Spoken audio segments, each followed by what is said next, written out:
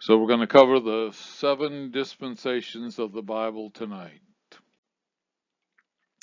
So 2 Timothy 2 verse 15 says, "Study to show yourself thyself approved unto God, a workman that needeth not to be ashamed, rightly dividing the word of truth." And this is from the King James Version.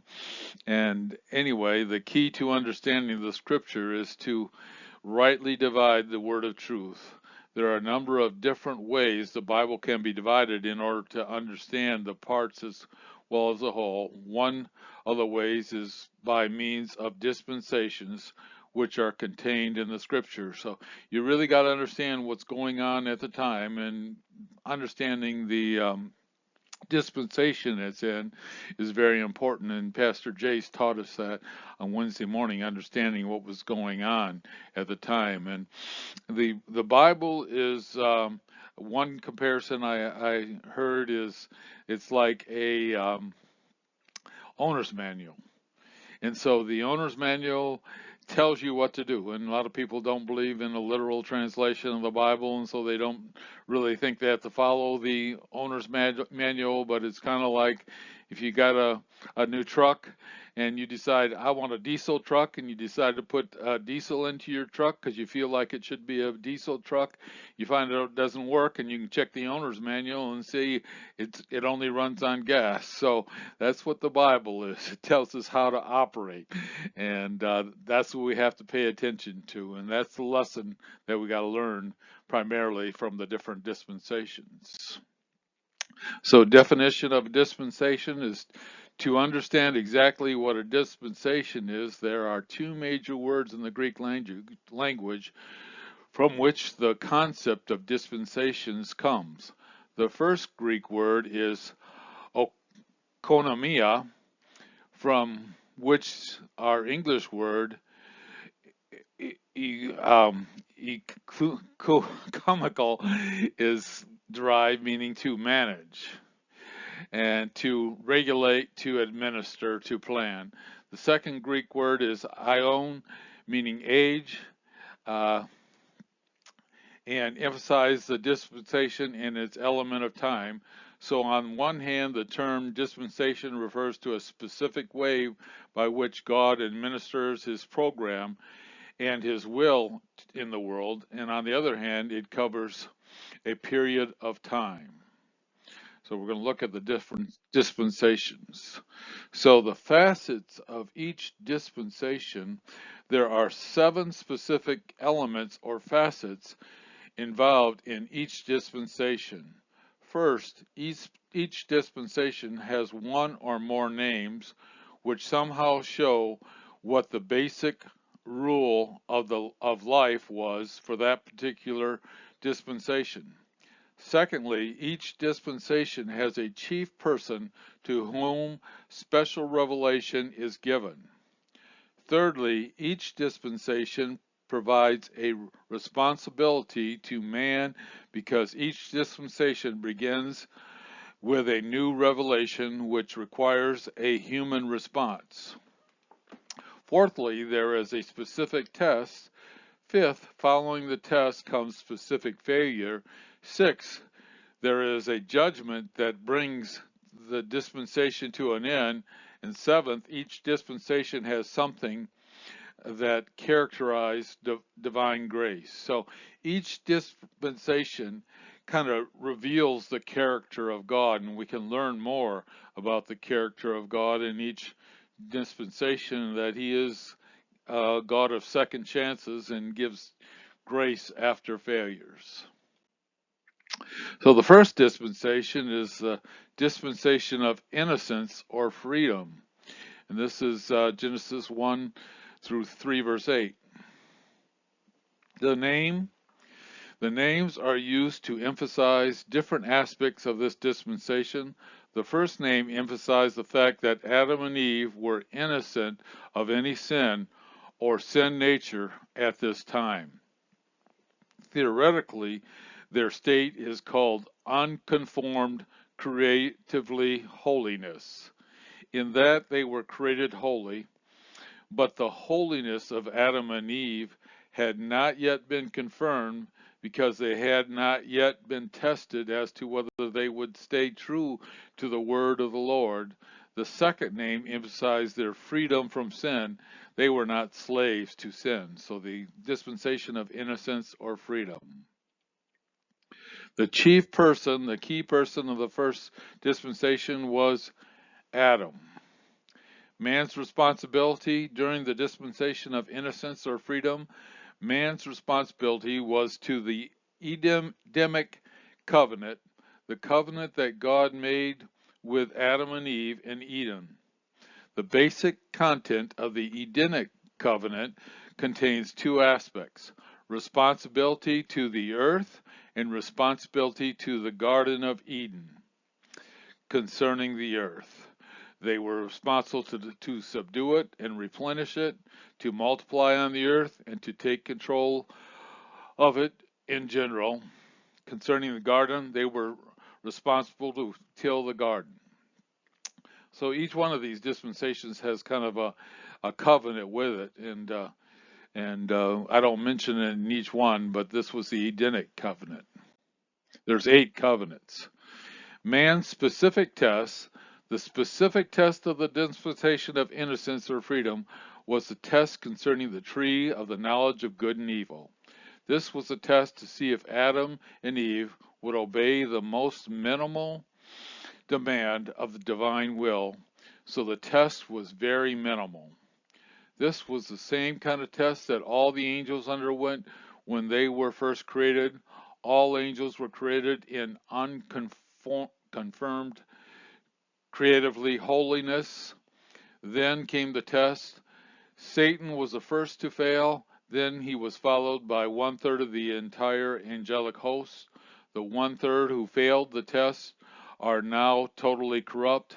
2/3 of the angels did pass the test, changing their state from unconformed creatively holiness to confirmed creatively holiness.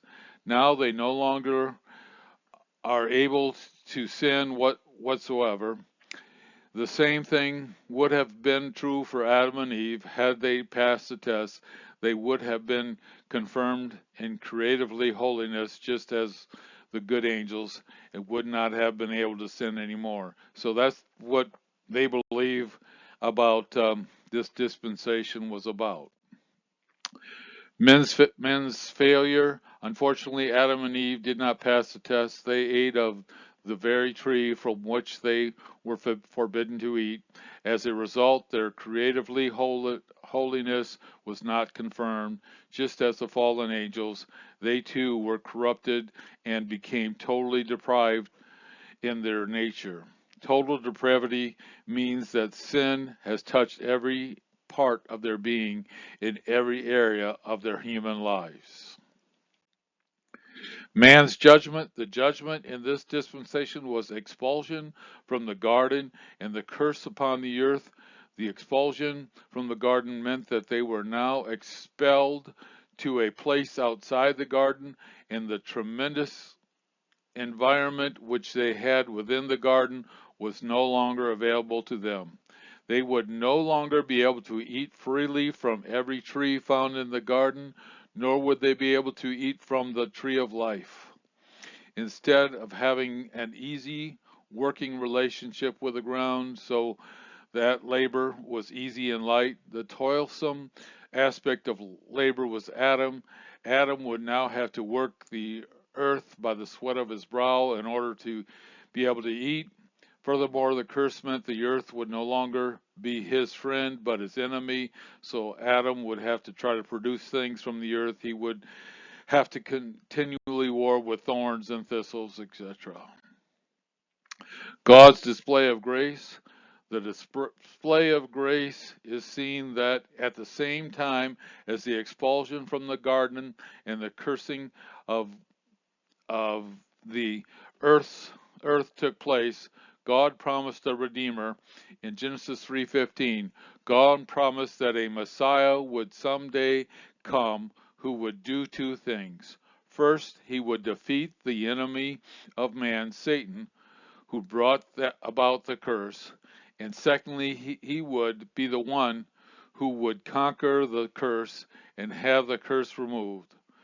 Physical death, which was the result of this fall of man, would be overcome by the resurrection of that last Adam and by the ultimate resurrection of all people. So that's God's grace. The second dispensation is the one of conscious or self-determination.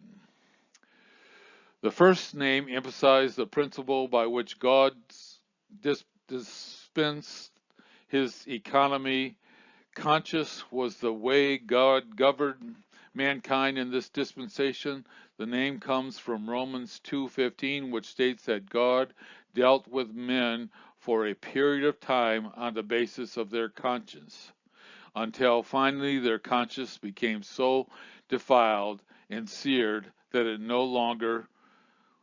was no longer possible to continue governing God's economy in the world this way. The second name emphasized the other side of the coin of conscience. Man was given the freedom to follow the dictates of his conscience. This obligation was to follow through with what his conscience demanded. If he followed his conscience, his self-determination would have led to holiness, but if he had not followed his conscience, or if his conscience was defiled and blackened, darkened, or seared, then his self-determination would go in the opposite direction. The chief person in the second dispensation was the same as the previous one. It was Adam. So man's responsibility for this dispensation was obedience to the Adamic covenant found in Genesis 3. Among the requirements of the Adamic covenant were the responsibility of the wife to be in submission to her husband, the working of the land in toil and sweat of the brow, the concept of physical death, and a number of other things. Man's responsibility was to believe that the promise of the seed, someday the seed of the woman, the Messiah, would come and redeem them from the prince of this world, Satan. Although in the previous dispensation and covenant God gave the authority over this earth to man, when Adam fell, he lost authority. That is, Satan usurped the authority from man. Therefore, even in the New Testament, Satan is called the prince of this world and the god of this age. Man's specific test was the dispensation of conscience was twofold. First, obedience to the dictates of the conscience in the knowledge of good and evil, and secondly, when there was failure, they would offer a proper and acceptable blood sacrifice. This can be gleaned from Genesis 3:21 and 4 verse 4. The test then involved two things: man's obedience to the dictates of conscience in the knowledge of good and evil, and the man's response to failure by a proper acceptable sacrifice. Man's failure in the second dispensation was seen as early as the case of Cain in Genesis 4:3. Cain failed to bring a proper blood sacrifice and thought he could come to God on his own terms rather than on the terms that God had ordained. In verse 8, failure was seen in the first act of murder when Cain murdered his brother Abel. But failure is also seen in Genesis 6 verse 5, which speaks of open violence, corruption, and widespread evil and continuous evil desire in the heart and the purpose of man. The heart of man was for the purpose of evil continually, and this was at the end of the dispensation. Man's judgment, the judgment in this dispensation was the worldwide flood to bring humanity to an end, with the exception of one family. Within the worldwide flood, this dispensation came to an end. Humanity had become evil to the point that they could no longer follow their conscience. Their conscience was so darkened and degenerated that it was no longer a reliable guide whatsoever. God's display of grace, the element of grace in this dispensation, is seen in the salvation of Enoch. Enoch was taken up to heaven. He was a righteous man, so he didn't experience the flood. It was also seen in the salvation of Noah and his family. All these people found grace in the eyes of the Lord. So that was the second one. The third dispensation is the dispensation of civil government, and it's Genesis 8 through Genesis 11. It has that name because it is with this particular dispensation that man is given the right of life and death. So there's going to be civil government that can give the right and take life away under the rules of God. He is given the authority to rule others. The concept of ruling and having power to execute or not to execute contains within its concept of human government. This principle in Genesis 9 verse 6, whosoever sheds a man blood, by man shall his blood be shed. So man is given authority to execute the murderer, and this carries with it the concept of rule, authority, and government. So there's a government on earth in this dispensation of civil government. The chief person in this dispensation was Noah. He received new and specific divine revelation that told him exactly how the divine economy in this dispensation was to be run. And so he got the different rules. Man's responsibility was obedience to the Noahic covenant of Genesis 9. This is the first time it was actually called a covenant. And these are the 8 covenants. Contained within the scope of the Noahic covenant was that man must replenish and fill the earth in light of the destruction of humanity by the flood. So Adam had the same order, and so now Noah gets the same order. The Noahic covenant was to establish human government, and God was going to dispense or govern his economy through human government. Man was responsible to obey human government, which would have the authority to enforce its rules and regulation to the point of execution.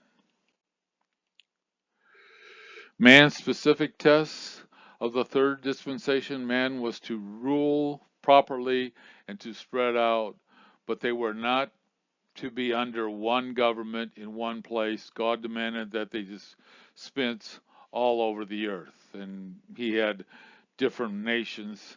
It was set up after the Tower of Babel. Man's failure, the failure was seen in what man tried to do in the Tower of Babel in Genesis 11.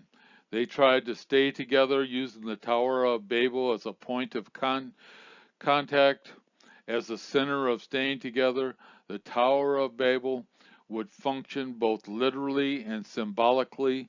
The Tower of Babel was an attempt to build a high tower for the purpose of making Nimrod the leader of the world. He was the first Antichrist type, and make a name for themselves. Behind all these things lay demonism, and that is where the failure was clearly seen. And that's what the Antichrist is going to be all about, demonism at the end. The symbolic purpose was to deliberately disobey God's command to spread all over the world. Instead of seeing each kingdom as being independent, he tried to unify all kingdoms under his authority rather than a separate kingdom as God has originally intended. The nature of empires is to try to consolidate them. So that's what he wanted to do. Man's judgment as a result of their intent to rebel against God's commands and authority. God sent a judgment upon them. the confusion of tongues.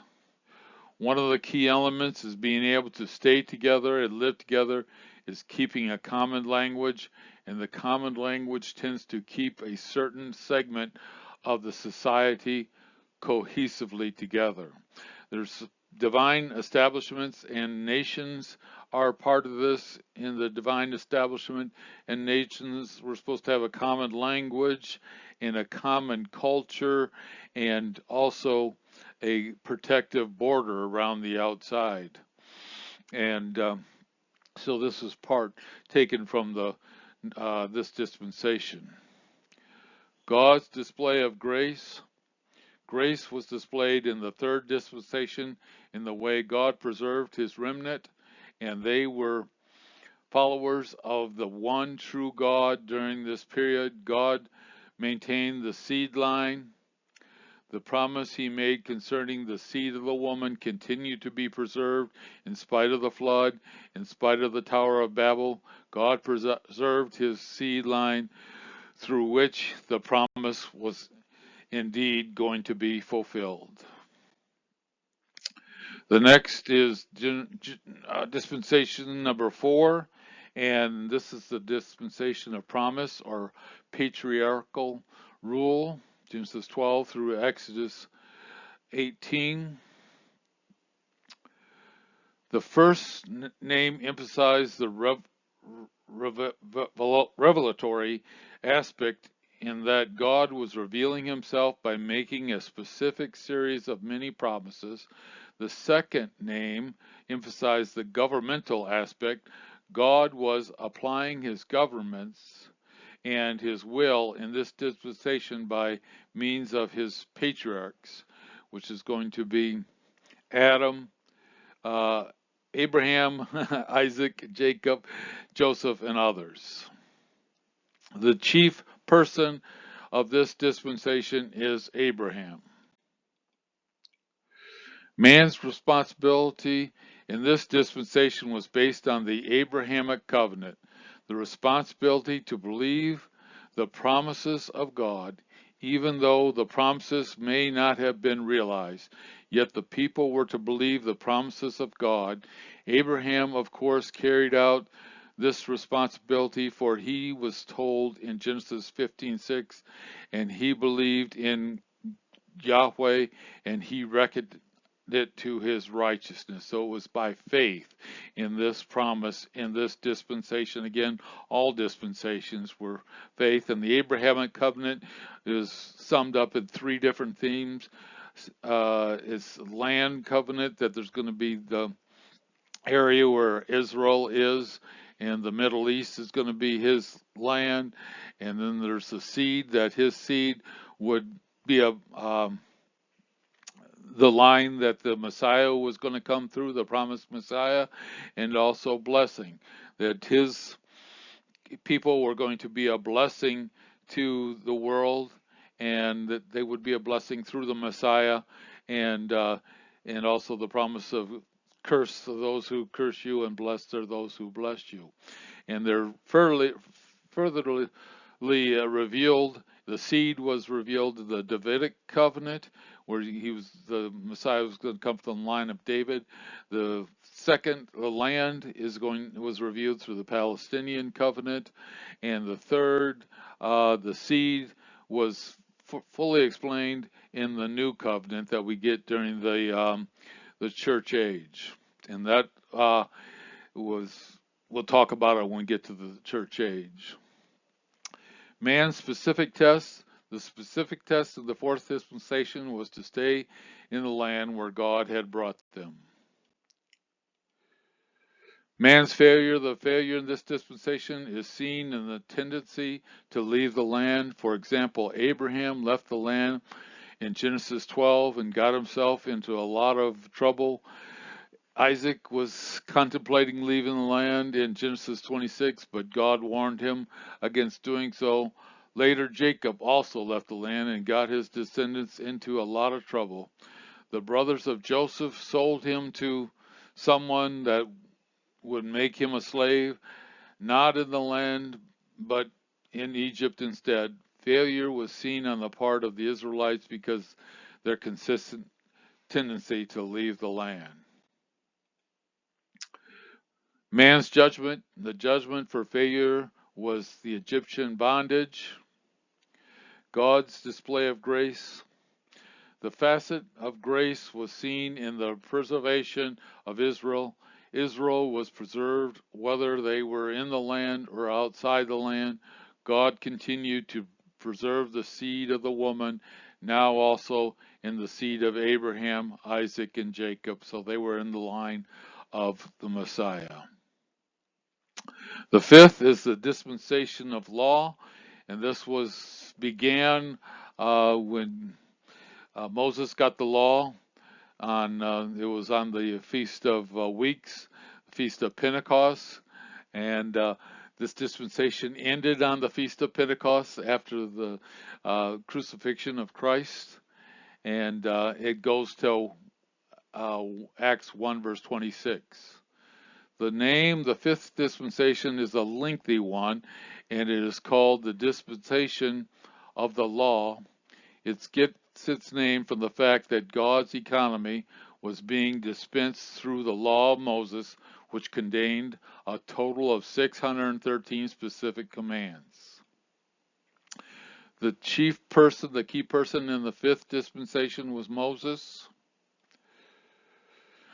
Man's responsibility in this dispensation, man was responsible to the major Mosaic covenant.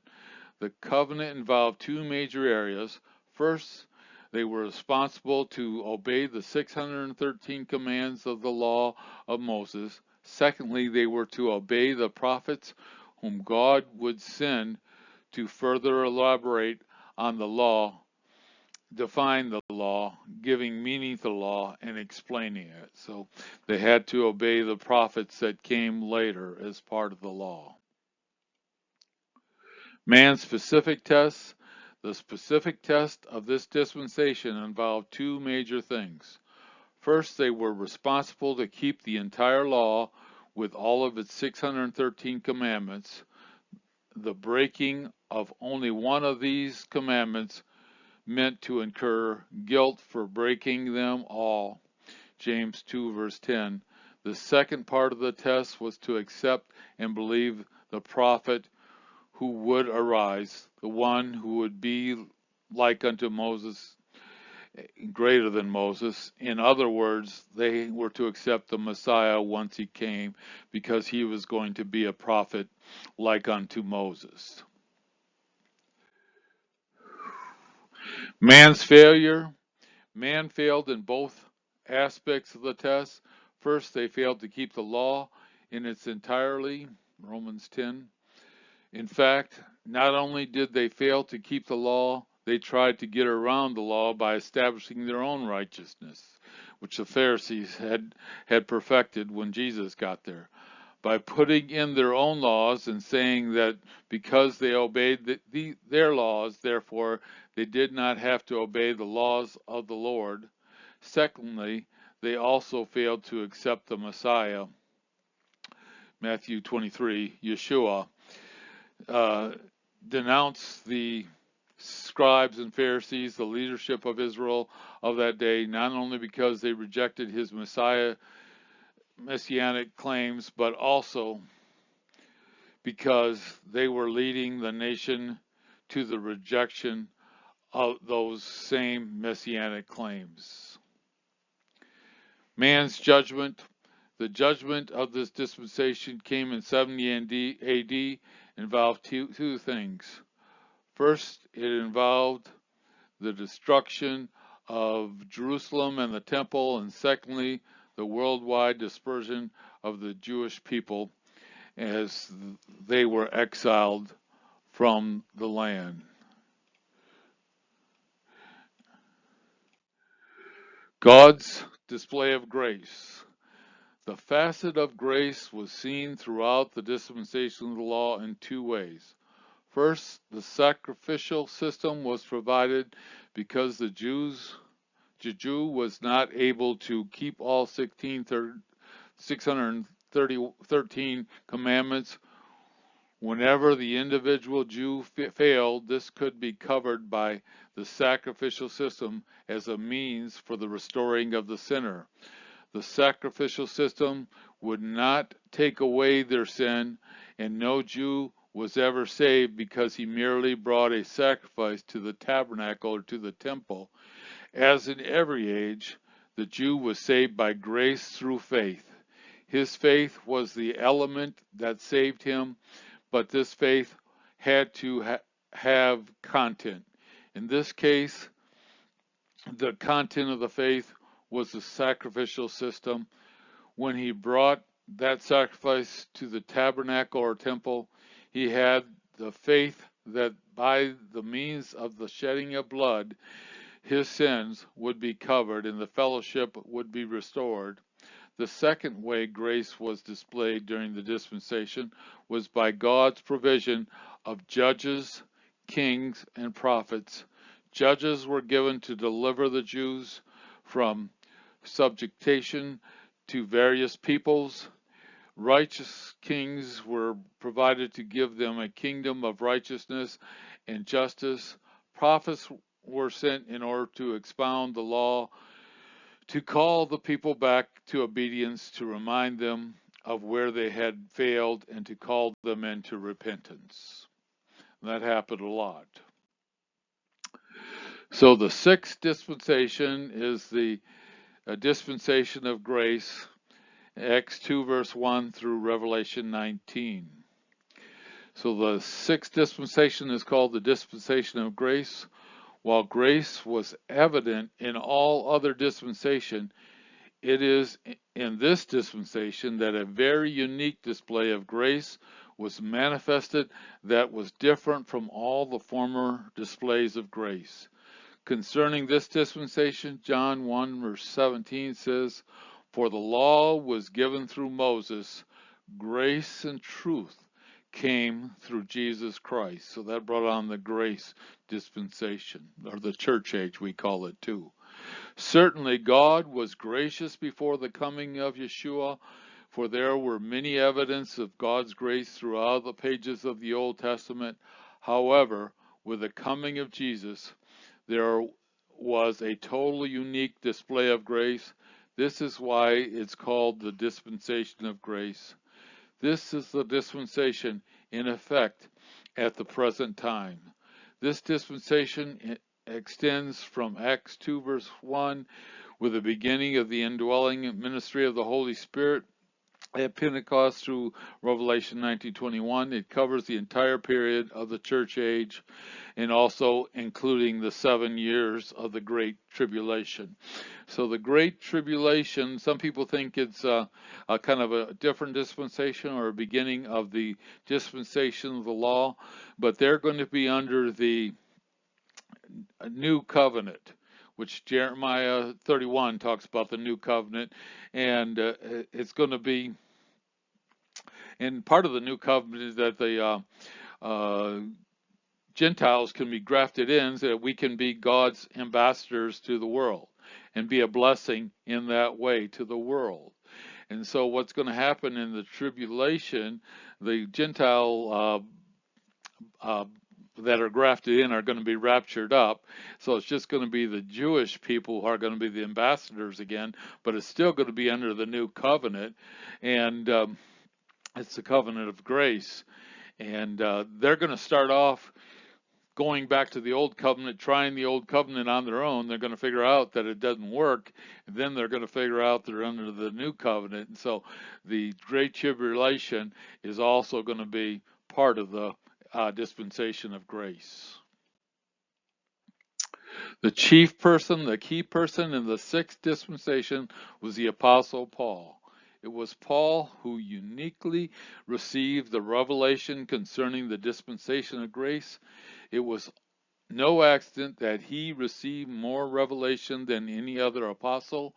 Most of the letters or epistles of the New Testament were written by the Apostle Paul or someone through him. As he makes clear in Ephesians 3, it was he that received that special revelation concerning the dispensation of grace of God. Verse 2, He, more than any other apostle, is the key person for this dispensation. They didn't think it at the time. They thought probably Peter was the key person. They had a vote in the first in the first century, but looking back, now we can see it clearly is the Apostle Paul. Man's responsibility in the dispensation of grace is obedience to the new covenant. Obedience to the new covenant means to accept the gifts of righteousness which God offered to all men through Yeshua the Messiah. So we have these gifts, promises of salvation, and the result of faith. Man's specific test, the specific test of this dispensation is simply this: will man accept the gift?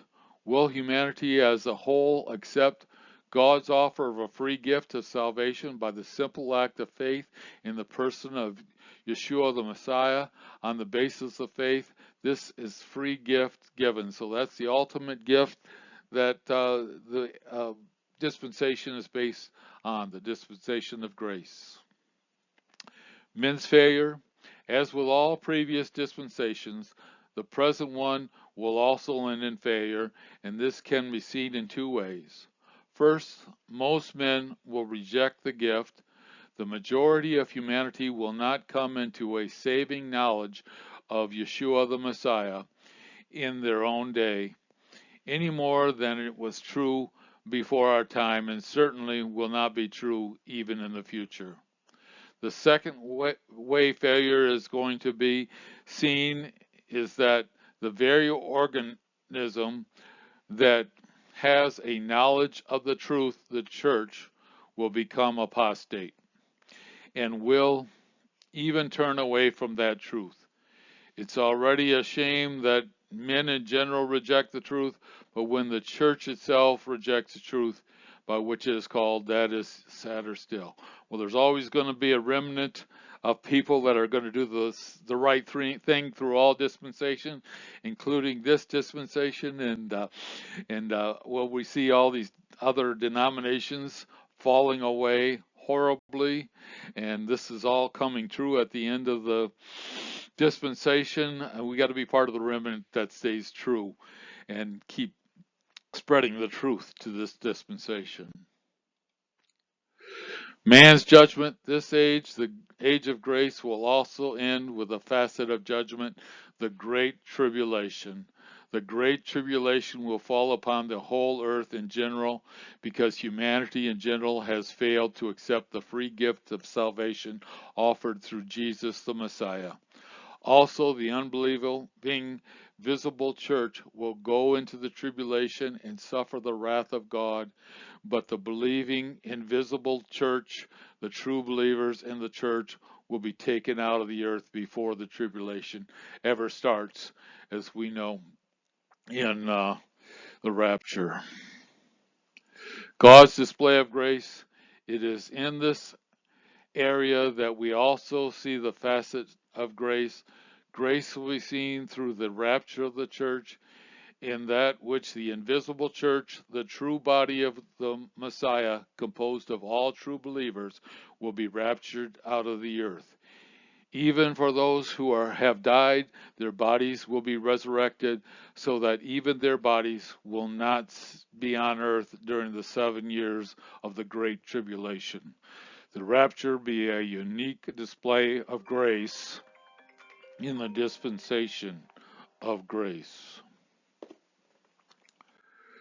So we go on to the final dispensation now, the dispensation of the kingdom or millennial kingdom. The first name emphasizes the Messiah's rule over this particular planet. The second name emphasizes how long his rule will be, 1,000 years. We get that from Revelation chapter 20. This dispensation covers the period of Revelation 21 through 10. Although it is only 10 verses long, it covers a span of 1,000 years.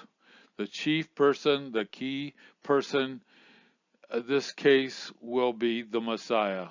because the Messiah himself will be dispensation direct new revelation, Isaiah 2 verse 2 verse 4. Upon this new revelation, the new dispensation will be based. Man's responsibility, the responsibility for the seventh dispensation will have two facets. The first facet will be the same as that of the sixth dispensation, responsibility to the new covenant. Obedience to the new covenant means to accept the gift of righteousness that God offers to all men through faith in Yeshua, the Messiah. And so they're going to have a chance, people that are born during the dispensation will have the same new covenant, trusting in the work of Jesus on the cross. There will be a second facet, obedience to the king and the new laws he will issue during this period. In the dispensation of the kingdom, there will be something old and something new. The old is the responsibility to respond to the demands of the new covenant, which means to exercise faith in Jesus the Messiah and his substitutionary death, burial, and resurrection. The new responsibility is obedience to the King, whom will then be visible on the earth, and the obedience to the law he will issue. So there's going to be new laws on the earth. Man's specific test. The test during this dispensation will be that each one born in the kingdom to personally accept the King as his personal Lord, not in the place of the gospel, but with the gospel. To accept the gospel means that one believes that Yeshua died for his sins and was buried and rose again. Added to this is the absence of owning the King as one's Lord and only Lord. Man's failure, there will also be the facet of failure in that future dispensations, that future dispensation, man will fail to accept the Messiah, and at the end of the millennium, Satan will be able to deceive humanity once again. Mankind will come together for one last revolt against God's authority by attempting to invade Israel and invade the holy city itself. Man's judgment, the judgment of this dispensation will be the destruction of all those invading armies by fire out of heaven. God's display of grace during this particular dispensation in three ways. First, during the kingdom, there will be fulfillment of an Old Testament prophecies. Every prophecy that has remained unfulfilled until this time will find its fulfillment during the Messianic kingdom. The second way of grace will be displayed in that it will be a period of prosperity for all mankind. So every man will be able to sit under his own vine, under his own fig tree. A third way of grace will be displayed in that there will be immortality for the saved.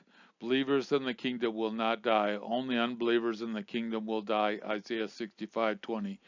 This is the seventh dispensation, and when this dispensation ends, history will move from other aspects of time to the aspects of eternity as it enters the eternal state. Revelation 21 through 22. So these are the dispensations of the Bible, and we went through them kind of fast and give you kind of an idea of what they are, so you understand them in the future.